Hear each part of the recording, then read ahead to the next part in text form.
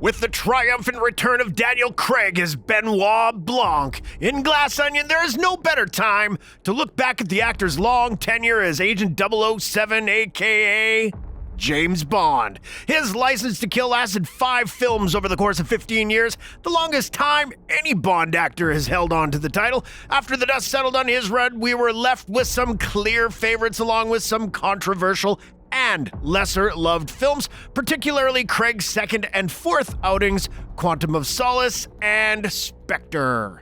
Both films had their own unique troubles getting to the silver screen. For Quantum, it was a writer's strike that left the producers charging towards a set release date without a finished script. For Spectre, it was a reluctant director, Sam Mendes, returning after already stating he wasn't, a knee injury for Craig, which required surgery and cast a shadow on the rest of the filming, and a battle between the studio and the producers over the ballooning budget. But both films still have their respective merits and are arguably nowhere near the franchise's low points, so let's determine which of the controversial Craig films comes out on top. It's a battle of the, quote, lesser Bonds, here only on Face Off.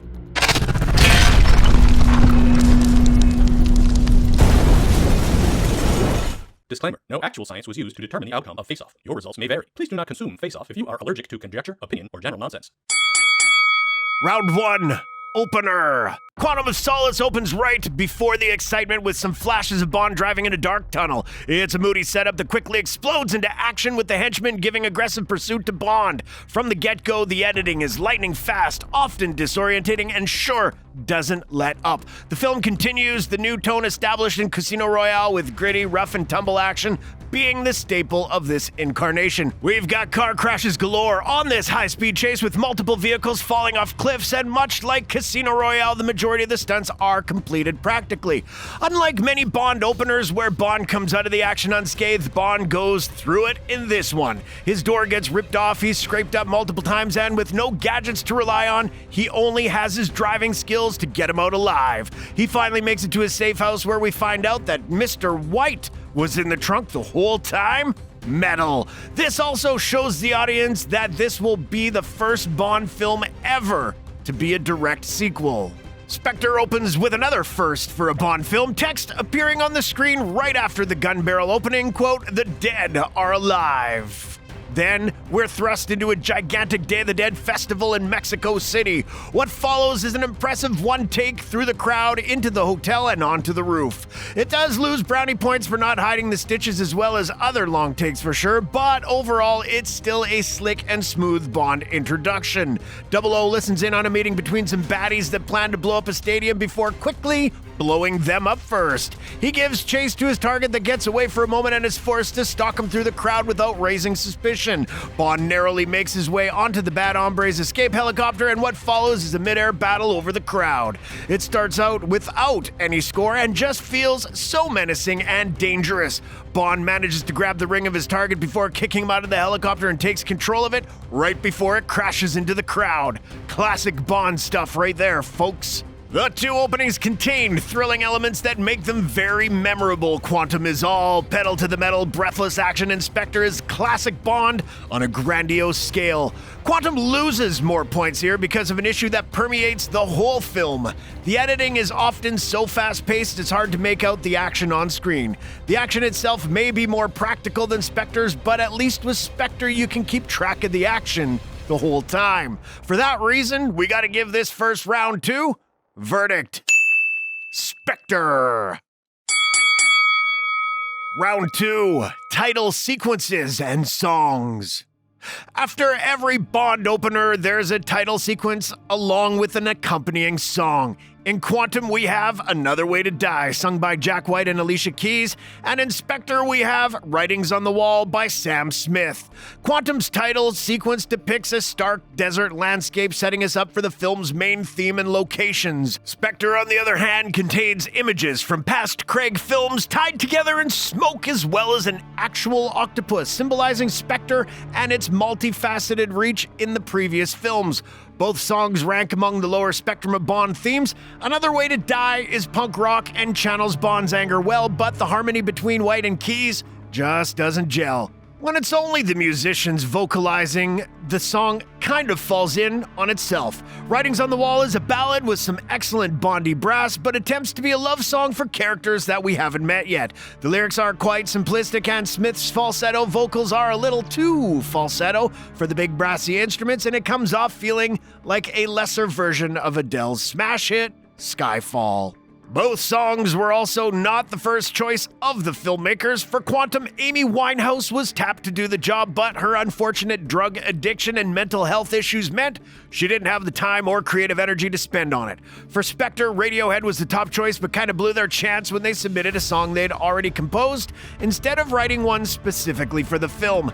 This is a no-no for Bond, as it would have made the song ineligible for the coveted Oscar. By the time they wrote and recorded and submitted their new song, Spectre, it was too late. Sam Smith already had the job and titles were being produced to go with his track. Ironically, the song did win the Oscar, even though fans responded coldly to the theme.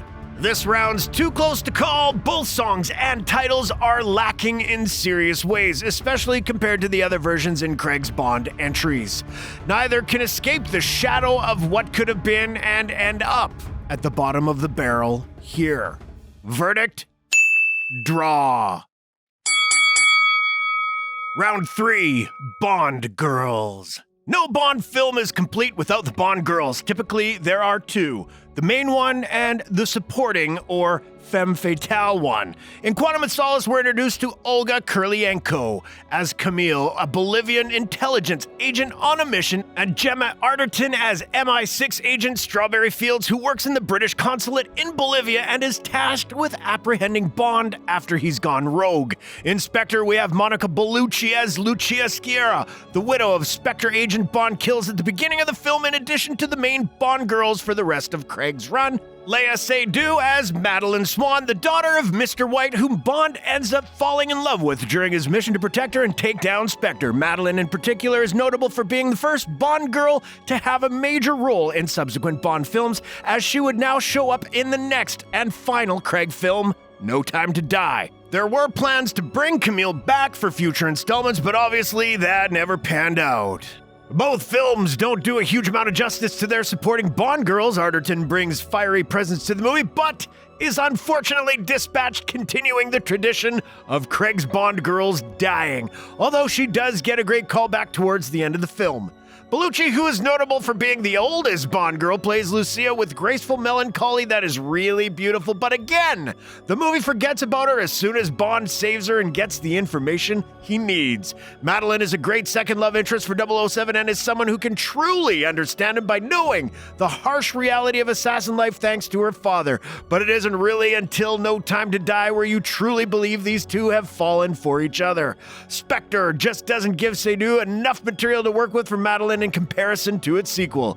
Olga Kurylenko's Camille, on the other hand, does so much with her screen time. She's able to both be commanding and vulnerable by having her own story and also not ending up with Bond. She's one of the only Bond girls to have her own agency.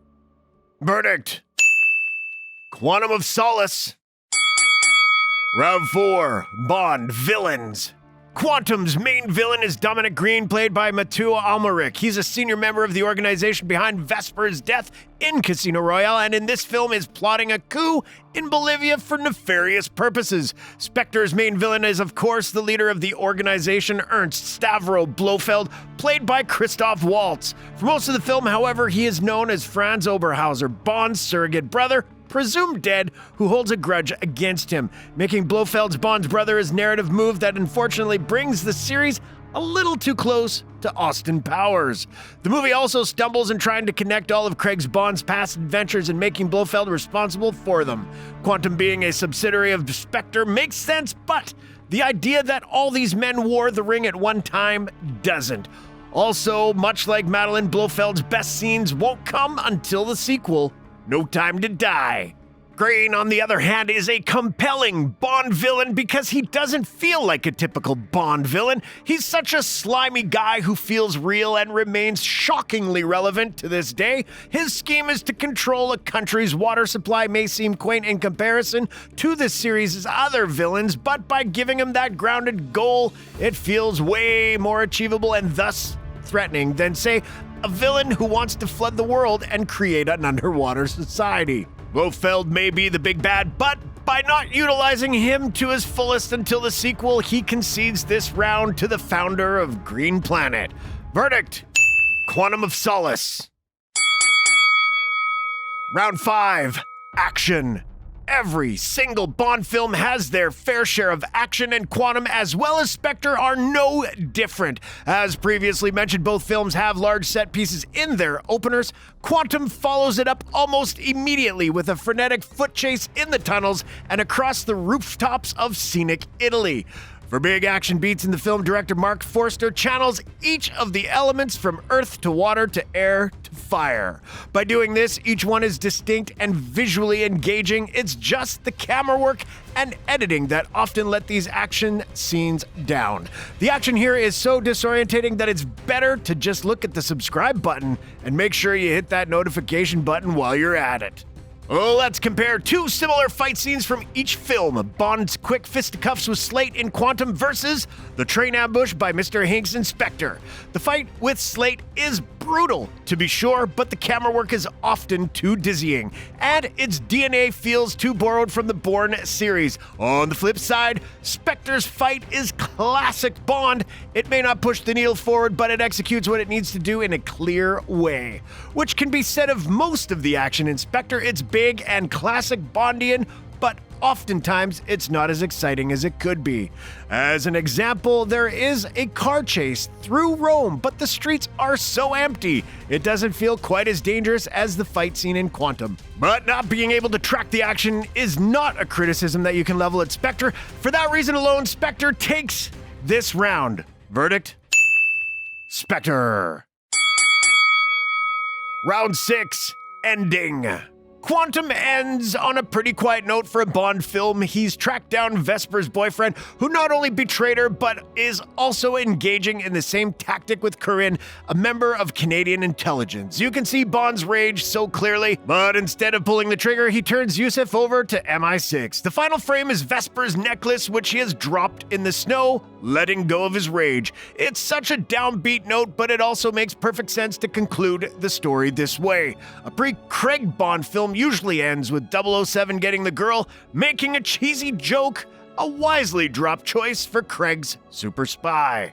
Spectre ends in similar fashion, with Bond choosing not to kill Blofeld, instead handing him over to MI6, or as M put it, using his license not to kill. Then he gets the newly restored Aston Martin DB5 from Q and drives off into the sunset with Madeline. The whole ending feels like it's building up to Craig's Bond's big farewell, but it doesn't really earn that. And again, it isn't until the sequel, No Time to Die, that Craig's 007 is given a truly proper conclusion. Quantum takes this round for not only delivering on the emotional weight of the story, but also having the confidence to go out with a whimper and not a bang. Winner: Quantum of Solace. So there you have it. Quantum narrowly comes out on top. It's a gritty, visceral film that nails the revenge plot set up by Casino Royale, and while its action is often confusing, it makes up for this elsewhere. Whereas Spectre is technically a stronger film, it kind of rests on the laurels of Skyfall and the tropes of the franchise as a whole. It also becomes a better film when paired with No Time to Die. Each film is an integral piece in Craig's legacy and are better viewed in that lens than on their own. But don't let us have the final word. Let us know which of the even-numbered Craig Bond films you prefer. And as always, thanks for watching.